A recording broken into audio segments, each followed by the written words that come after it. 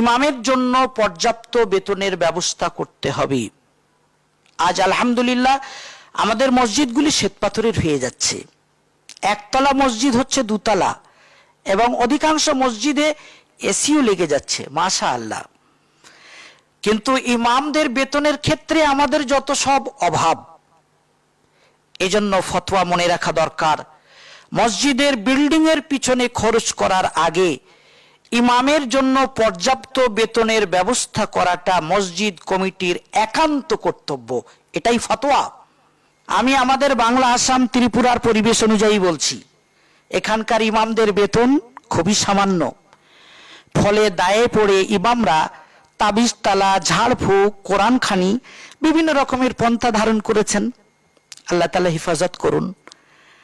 আবার এদিকে ইমাম ভাতার নামে সম্প্রতি সামান্য 500 টাকার বিনিময়ে আমরা আমাদের ইমামদেরকে রাজনীতিবিদ, নেতা, নেত্রীদের কাছে বিক্রি করে দিয়েছি।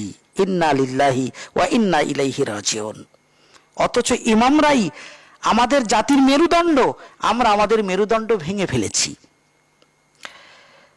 আমি যতদূর কোরআন, হাদিস, ফিকহ, ফতোয়া, ফারায়েজ পড়াশুনো করেছি, সেই আলোকে আজ আমার বলতে মন চাইছে, যে সমস্ত মসজিদে শ্বেতপাথর লেগে গেছে সে সমস্ত মসজিদে ইমামদের বেতন 10,000-এর কম হলে চলবে না। আর যে সমস্ত মসজিদে এসি লেগে গেছে সে সমস্ত মসজিদে ইমামদের বেতন কমপক্ষে 15,000 হওয়া চাই। আর যে সমস্ত মসজিদের মুসল্লিদের আর্থিক অবস্থা আলহামদুলিল্লাহ খুব ভালো, যারা বিনোদনের জন্য লক্ষ লক্ষ টাকা উড়িয়ে দেন, সে সমস্ত জায়গায় মসজিদের ইমামদের বেতন কমপক্ষে 20,000 হওয়া উচিত। এর কম বেতন দিলে সেই ইমামের পিছনে ইক্তেদা করা দুরুস্ত হবে কিনা আল্লাহ মালুম। আল্লাহ রাব্বুল আলামিন মসজিদ কমিটিওয়ালাদেরকে বিশেষভাবে মাসআলাটি বোঝার তৌফিক দান করুন। পরিশেষে মুয়াজ্জিনদের সম্পর্কে দুই একটি কথা। মুয়াজ্জিনের বেতন কত হওয়া উচিত মনে রাখা দরকার। ইমামের চেয়ে মুয়াজ্জিনের বেতন হবে 19-20 কিংবা 18-20 কম। খুব বেশি কম হলে চলবে না। কেননা ইমামতের দায়িত্ব যেমন বড় ফজিলতপূর্ণ এবং গুরুত্বপূর্ণ, তেমনি আজান দেওয়ার দায়িত্বটা বড়ই ফজিলতপূর্ণ এবং বড় গুরুত্বপূর্ণ।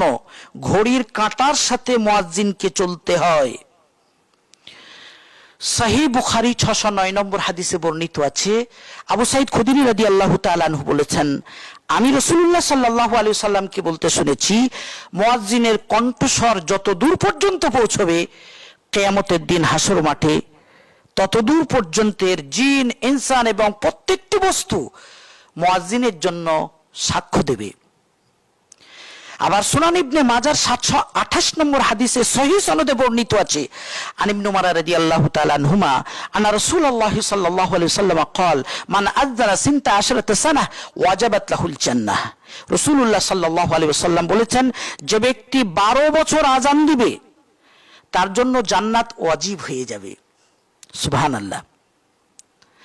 আমরা জানি মুয়াজ্জিনের আযান শোনার পর একটা দোয়া পড়তে হয়, اللهم رب هذه الدعوة التامة والصلاة القائمة آت محمدا الوسيلة والفضيلة وابعثه مقاما محمودا الذي وعدته।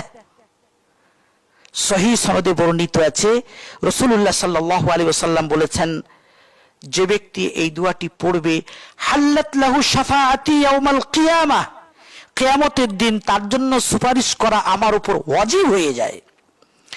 এটা সহিহ বুখারী 614 নম্বর হাদিস, সুনানে নাসাই 680 নম্বর হাদিস, সুনানে আবু দাউদের 529 নম্বর হাদিস, সুনানে তিরমিজির 211 নম্বর হাদিস, সুনান ইবনে মাজাহ 722 নম্বর হাদিস।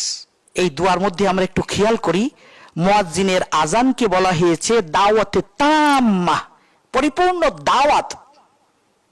বোঝা গেল দিনের দিকে দাওয়াত দেয়া সম্পর্কে কোরআন হাদিসে যা কিছু ফজিলত বর্ণিত আছে সব কিছু ফজিলতের অধিকারী হলেন মুয়াজ্জিন। আলহামদুলিল্লাহ। অতএব মুয়াজ্জিনকে ছোট নজরে দেখা যাবে না। আল্লাহ রাব্বুল আলামিন আমাদের সকলকে ইমাম ও মুয়াজ্জিনদের কদর করার তৌফিক দান করুন।